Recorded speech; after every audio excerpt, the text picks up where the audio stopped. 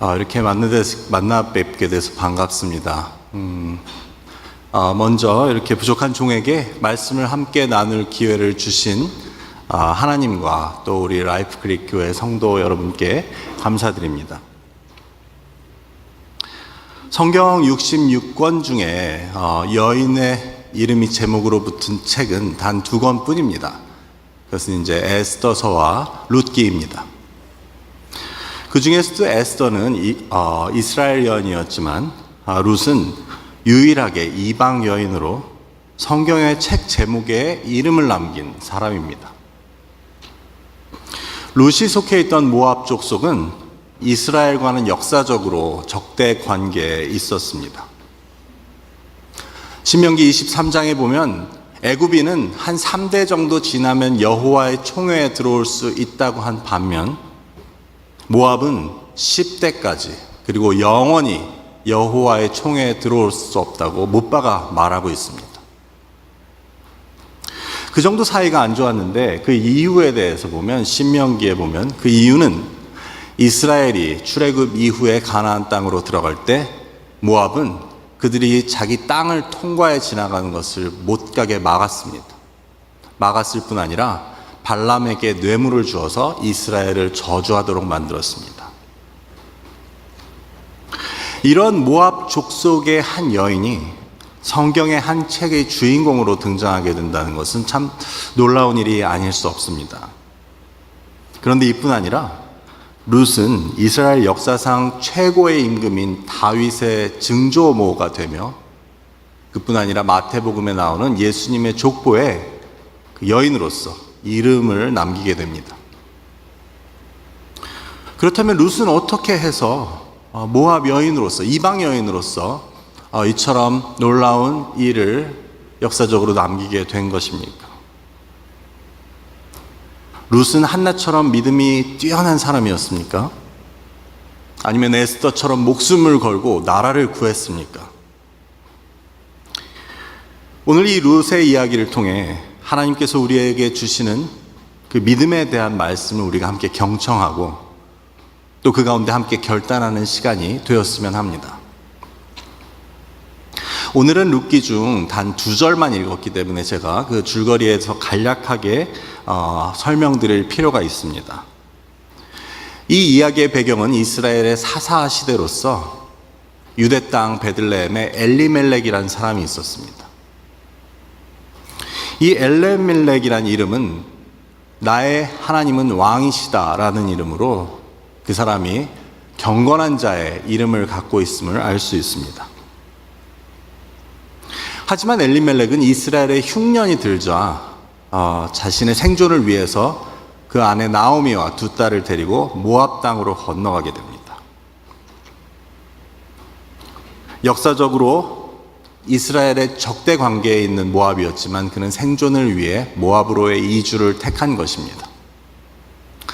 그에 대한 벌이었는지 엘리멜렉은 그곳에서 모압 땅에서 죽게 되고 그 2 아들은 모압에 있는 여인과 결혼하지만 결국 이주한 지 한 10년 정도 되어 그 2 아들마저 죽게 됩니다. 여기 있는 저희도 고국을 떠나 타국에서 생활하는 사람들인데 이 나오미의 상황이 얼마나 절망적인지 참 충분히 공감이 가고도 남음이 있습니다. 더 나은 삶을 위해 고국을 떠나온 지 약 10년 만에 사랑하는 남편과 2 아들을 잃고 이제 2 외국인 며느리와 함께 남겨지게 된 것입니다.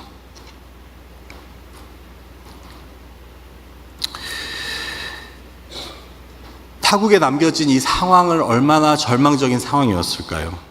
요즘 사회에서도 연로한 시어머니와 만약에 며느리가 둘이 살아가는 것을 생각한다면 쉽지 않은 일일 텐데 더욱이 당시 사회에서는 남자 없이 생계를 유지한다는 것은 너무나도 힘들고 위험하기까지 한 일이었습니다.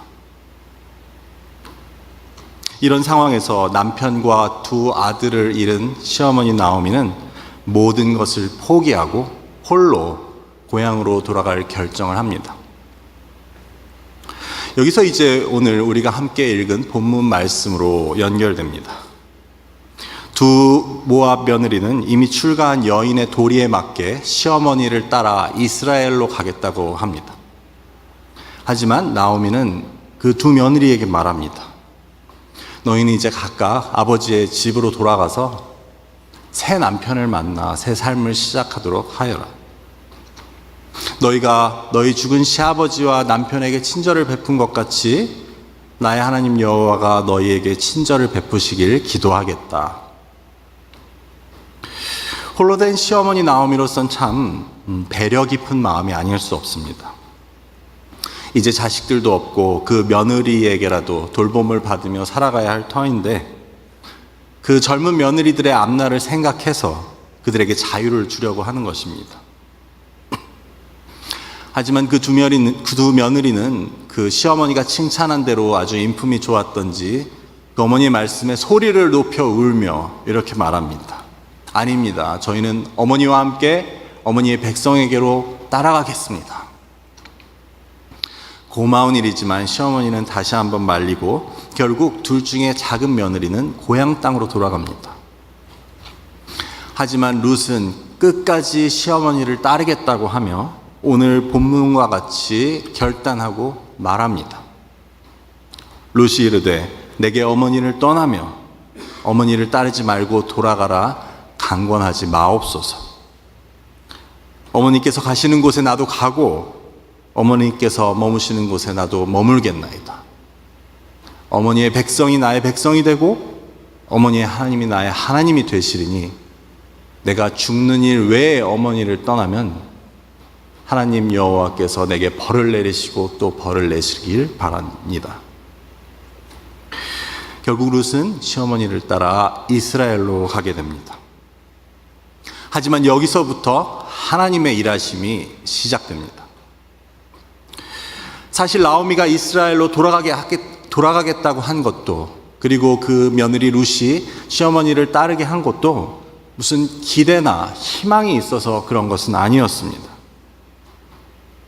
나오미는 스스로 고백하기를 여호와께서 나를 치셨다.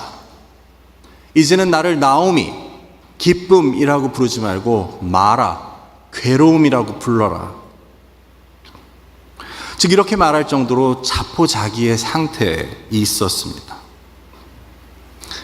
하지만 그 어머니를 따르겠다고 결정한 룻을 통해서 하나님께서는 이 나오미와 룻에게 은혜를 베푸십니다.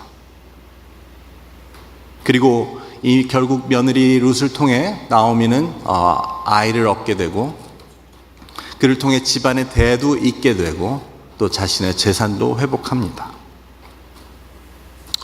이 주변 여인들, 이웃 여인들은 그 룻을 찬양하며 나오미에게 말합니다. 이 며느리가 7 아들보다 낫다. 요즘은 딸이 아들보다 낫다고 하는 말이 이상하지 않고 당연한 일로 여기는 시대지만 당시에 이 7 아들보다 이 며느리가 낫다라고 한 말은 그 룻이 행한 일이 그가 가져온 복이 얼마나 놀라운 건지 보여주고 있다고 하겠습니다. 하지만 룻의 역할은 여기서 그치지 않고 그 시어머니 나오미뿐 아니라 그 나라를 살리는 즉 다윗의 선조가 되며 그뿐 아니라 온 인류의 구원자 되신 예수님의 족보의 조상으로서 직계 선조로서 이름을 남기게 됩니다. 이 모든 것들을 우리가 어떻게 그 모압 땅의 이방 여인으로 시어머니와 단둘이 남게 된 그 이방 여인, 그 여인의 삶으로부터 우리가 혹시 상상이라도 해볼 수 있는 일이겠습니까? 하지만 이는 하나님께서 하신 일이었습니다. 이스라엘의 현숙한 여인도 아니고 뼈대 있는 집안에 모든 것을 갖춘 여인도 아닌 모압 이방 여인 룻을 하나님께서 기쁘게 여기시고 그녀를 통해서 이루신 일이었습니다. 그렇다면 이 본문에 나오는 룻의 결단과 삶을 통해 하나님께서 오늘 우리에게 주시는 교훈과 말씀은 무엇입니까?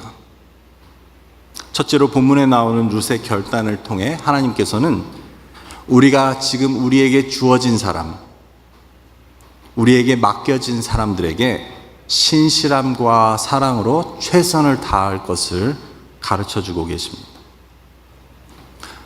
당시 룻에게 남겨진 사람은 그 시어머니였습니다. 시아버지와 남편은 죽고 시어머니만 남았습니다.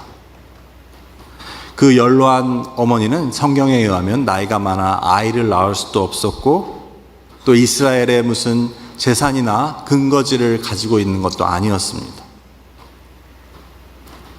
즉 스스로 생계를 유지해야 하는 상황인데 이 나이 많은 시어머니로서는 그것은 불가능한 일이었습니다. 룻기 몇 장 뒤로 넘어가 보면 룻과 나오미가 이스라엘에 갔을 때 결국은 그들이 어떻게 생활을 유지하냐면 룻이 밭에서 추수하는 사람들의 뒤를 따라다니며 떨어진 곡식 알갱이를 주워 담아 그것으로 시어머니와 하루하루를 연명하게 됩니다.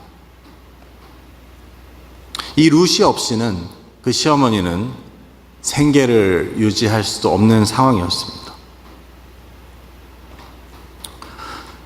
또한 시어머니가 그 며느리를 가라고 할 때 그 둘이 소리 높여 운 일이나 또 특히 두 번째 며느리는 소리 높여 울며 또 목을 끌어안고 입을 맞추고 떠난 일을 보았을 때 그 며느리들도 자기들이 떠나면 이 시어머니가 홀로 오래 버티지 못할 것을 이미 알고 있었던 것으로 보입니다.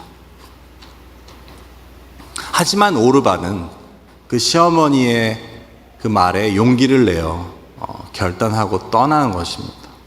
하지만 룻은 시어머니를 떠날 수 없었습니다. 자기가 없으면 굶게 될지도 모르는 돌보아 줄 이가 전혀 없는 시어머니를 떠날 수 없었습니다. 그래서 그녀는 시어머니를 선택합니다. 이 룻의 선택은 단지 자기가 아버지 집에서 새로 시작할 수 있는 새로운 삶에 대한 포기일 뿐 아니라 자기가 이스라엘 땅에 가서 어떤 위협을 당할지 생명의 위협이 있을지도 모름에도 불구하고 택한 일이었습니다. 룻은 결단합니다. 어머니께서 가시는 곳에서 나도 따라가고 어머니께서 돌아가시는 곳에서 나도 죽어 묻히겠습니다. 저는 이 구절을 읽으며 이렇게 떠오른 구절이 있었습니다. 그것은 바로 예수님께서 그 자신의 하인을 고쳐달라고 찾아온 이방인 백부장을 보고 하신 말씀이었습니다. 내가 이스라엘 중 아무에게서도 이만한 믿음을 보지 못하였노라. 룻의 결단은 예수님의 말씀처럼 이스라엘에서도 찾아보기 힘든 그런 신실함을 보여주는 일이었습니다. 그 룻의 결단이 이스라엘에서 찾아볼 수 없었다는 말의 근거는 바로 이 룻기가 성경에서 위치한 그 맥락을 보면 알 수 있습니다. 이 룻기는 사사기 바로 뒤에 나오는 책인데 사사기는 잘 아시는 대로 이스라엘이 가나안 땅에 들어온 후 아직 왕이 있기 전의 시대를 그리고 있습니다. 사사기는 당시 이스라엘 시대를 비판하며 또 이스라엘 부족들 간의 전쟁과 살인을 기록하며 당시 이스라엘에 왕이 없었으므로 사람들이 각기 자기 소견에 옳은 대로 행하였다라고 말하고 있습니다. 자기 소견에 옳은 대로 행했다는 것은 자기 멋대로, 자기 이익에 맞는 대로, 자기 마음대로 행했다는 말입니다. 따라야 할 법도나 도리를 지키기보다는 내 이익을 따라 실리를 쫓아 행했다는 말입니다. 오늘 이 룻의 이야기가 사사기 바로 뒤에 나온다는 그 이야기는 바로 그 룻의 삶과 그 결단이 이스라엘의 비판과 이스라엘에 대한 그러한 비판과 함께 연결되어 있다는 것을 보여줍니다. 이 여인 룻의 신실함과 시어머니를 향한 사랑, 자신의 이익을 따르기보다는 명분과 도리를 지키려고 한 이의 모습은 이스라엘의 악행과 자신의 이익을 쫓아 행하던 모습과 정확한 대조를 보여준다는 말입니다. 이런 룻의 신실함은 이스라엘에서도 찾아보기 힘든 것이었고 하나님께서는 이 룻의 모습을 기쁘게 여기시고 이 룻을 통해 이러한 놀라운 일을 일으키신 것입니다.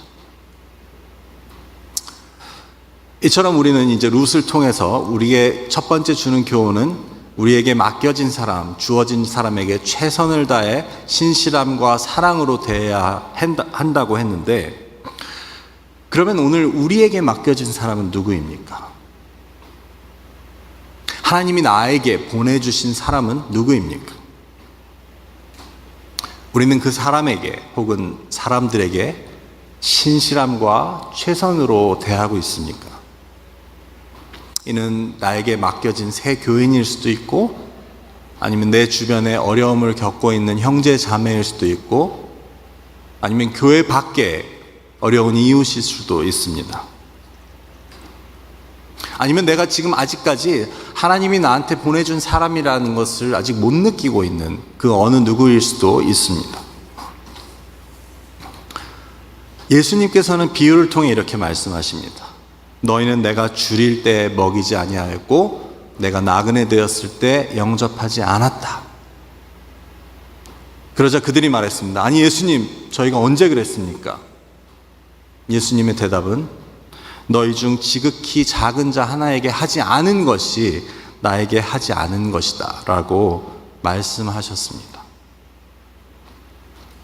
우리는 우리 주변의 사람들을 하나님께서 내게 보내주신 사람이라고 여기고 최선의 신실함과 사랑으로 예수님을 대하듯 해야 할 것입니다. 두 번째로 오늘 룻의 결단과 그 신실함을 통해 하나님께서는 신앙의 유산의 중요성에 대해서 가르쳐 주고 계십니다. 16절에 나오는 룻의 고백입니다. 어머니의 하나님이 나의 하나님입니다. 이 룻의 선택과 결단에는 이방 여인 룻이 이스라엘 여호와 하나님을 자기의 하나님으로 선택하는 결단을 보여줍니다.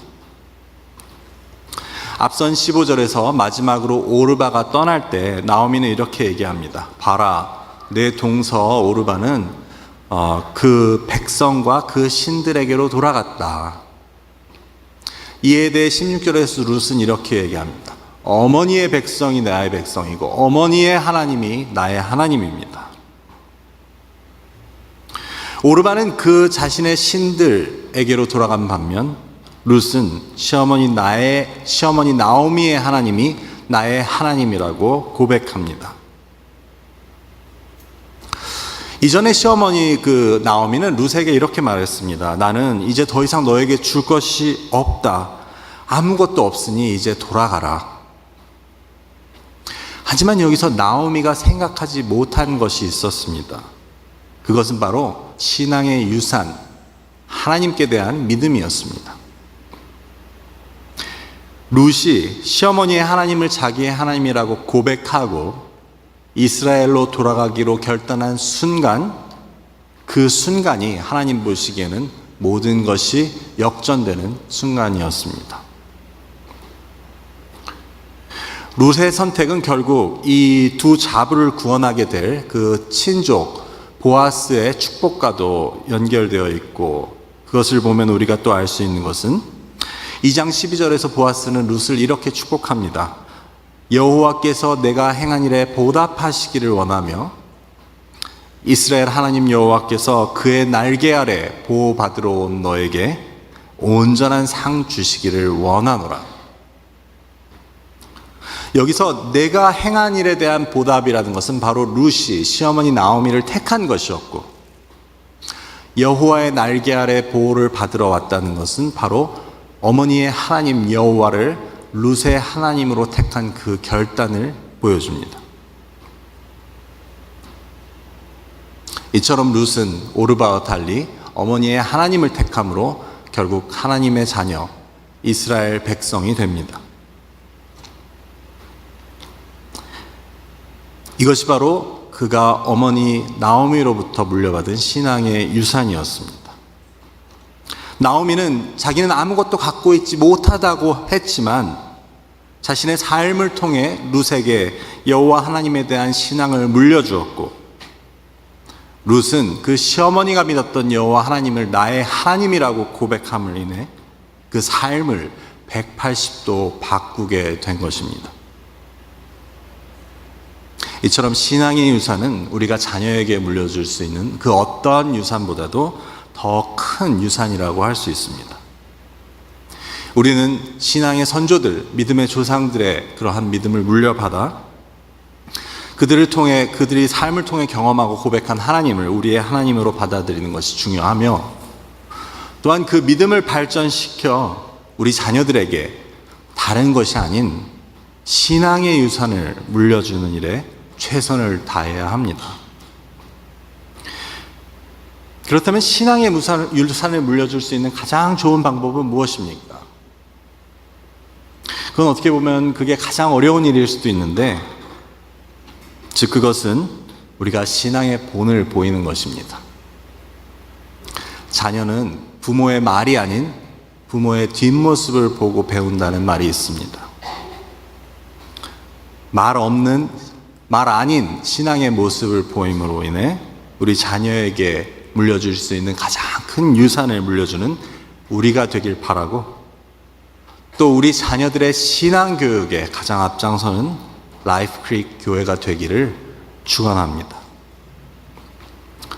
세 번째로, 룻의 결단의 모습을 통해 하나님께서는 우리에게 자기 십자가를 지고 나를 따르라 라고 말씀하십니다. 이스라엘이 자기 이익을 쫓아 자기 편의대로 행동하고 선택할 때 룻은 그렇게 하지 않았습니다. 이 세상 누가 손해를 보고 누가 자기 희생하는 것을 좋아하는 사람이 있겠습니까?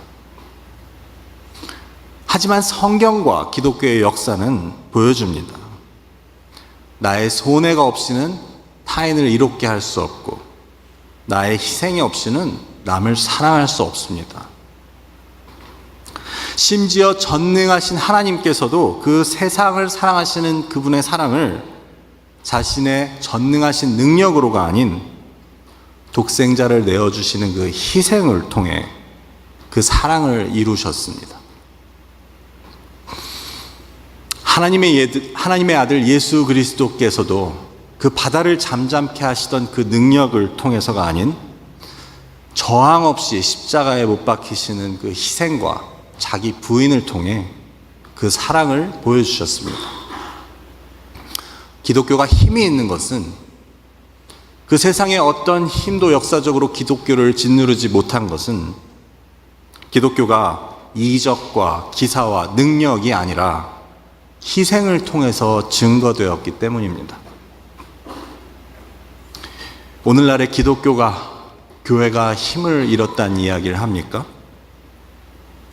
그것은 아마도 힘의 논리로, 세상의 논리로 자신의 존재를 지키고 드러내려고 하기 때문일 것입니다. 이런 교회는 세상이 결코 두려워하지 않습니다. 그렇다면 교회는 어떤 논리로 자신의 존재를 지키고 드러내야 합니까? 그것은 바로 희생과 자기 부인을 통해서입니다. 히브리서 11장은 분명히 증거하고 있습니다. 또 어떤 이들은 조롱과 채찍질 뿐 아니라 결박과 옥에 갇히는 시련도 받았으며 돌로 치는 것과 톱으로 켜는 것과 시험과 칼로 죽임을 당하고 양과 염소의 가죽을 입고 유리하여 궁핍과 학대를 받았으니 이런 사람은 세상이 감당하지 못하느니라. 희생과 자기 낮춤, 자기 부인의 논리로 증거되는 교회는 세상이 감당하지 못합니다. 하지만 교회가 힘으로, 물질로 그 존재를 드러내려고 한다면 세상은 교회를 우습게 볼 것입니다.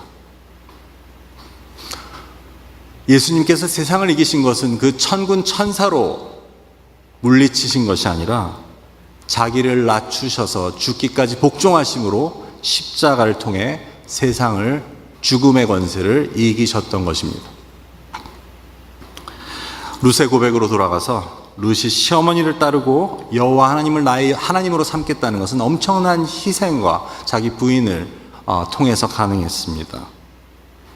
앞에서도 잠시 언급했듯이 자기 아버지의 집을 떠나는 일이었습니다. 아브라함도 우리가 창세기 12장에서 보면 자기 아버지의 집을 떠나 알지 못하는 땅으로 갔습니다. 이런 아브라함의 믿음의 행위를 인해서 아브라함은 바로 믿음의 조상이라고 칭함을 받습니다. 하지만 아브라함에게는 사실 하나님께서 주신 약속이 있었습니다. 내 후손이 땅끝까지 이르고 또한 내 후손을 통해 온 세계가 복을 받을 것이다.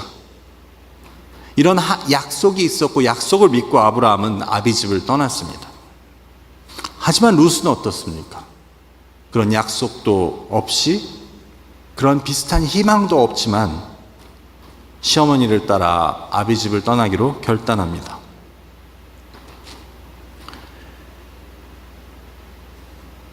아브라함이 아비집을 떠나는 일을 설교할 때도 우리는 그 당시 사회에서 아비집을 떠나는 것이 얼마나 위험한 일인지, 가족 전체의 생존에 위협이 될 수 있는지 강조합니다. 하지만 룻의 경우는 차원이 달랐습니다. 이스라엘 땅에 들어가도 보호해줄 남자도 없었습니다. 룻의 고백, 어머니께서 돌아가시는 곳에 나도 묻히겠다고 하는 것은 룻은 아마도 내가 어떠한 죽음을 맞이할지 이미 생각하고 있었을 수도 있습니다. 그래도 나는 죽는 일 외에는 어머니를 떠나지 않겠습니다 라는 고백을 합니다. 이런 룻의 결단은 마치 죽으면 죽으리이다 라고 했던 에스더의 고백과 닮아 있습니다.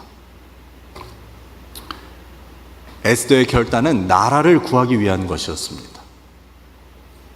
룻의 결단은 시어머니를 버리지 않겠다는 것이었습니다. 하지만 하나님 보시기엔 에스더의 결단과 룻의 결단은 거기에는 무게의 차이는 없었습니다. 모두 자기 목숨을 내어놓는 자기 부인을 통해 증거되는 신실함이었습니다. 정말 힘있는 그리스도인이 되려면, 힘있는 교회가 되려면 자기 것을 하나님 앞에 다 내어놓으면 됩니다. 룻의 결단과 무게는, 그 고백의 힘은 그녀의 어떤 힘있는 말에서 나오는 것도 아니고 바로 그녀가 내놓은 그녀의 꿈, 그녀의 미래, 그녀의 이익, 그녀의 안전, 그녀의 목숨으로부터 나오는 것이었습니다. 그녀가 내놓은 모든 것을 통해서 그 시어머니에 대한 그녀의 신실함은 증명되었고, 또한 하나님께서는 그녀를, 그리고 그녀를 통해 그 시어머니를 받으셨던 것입니다. 이후에 하나님께서 이 룻을 통해서 이루시는 일은 우리가 상상할 수 있는 그 이상의 일이었습니다. 그 시어머니와 가족뿐 아니라 그 전체 이스라엘, 그리고 나아가 온 인류를 구원하시고 거기에 미치고자 하는 하나님의 은혜와 구원의 통로로 하나님은 룻을 사용하십니다. 저는 이 라이프 크릭 교회가 이 룻의 결단으로 나아가기를 바랍니다. 우리에게 모든 맡겨진 사람을 신실함과 사랑으로 최선을 다하고 주님께 하듯 하나님께 하듯 섬기되 우리의 모든 것, 우리의 미래, 우리의 편의, 우리의 이익까지도 내어놓고 섬기기로 결단하고 그렇게 다짐하길 바랍니다. 그렇게 된다면 하나님께서는 이 우리와 이 교회를 통해서 우리가 상상할 수 없는 역사를 이루실 것입니다. 이 라이프 크릭 교회가 영원히 마르지 않는 생명 시내로서 우리의 손길이 닿는 곳마다 죽은 자들이 다시 살아나고 잃은 자들을 되찾는 복음의 구원의 역사가 일어나게 될 것을 주님의 이름으로 축원합니다.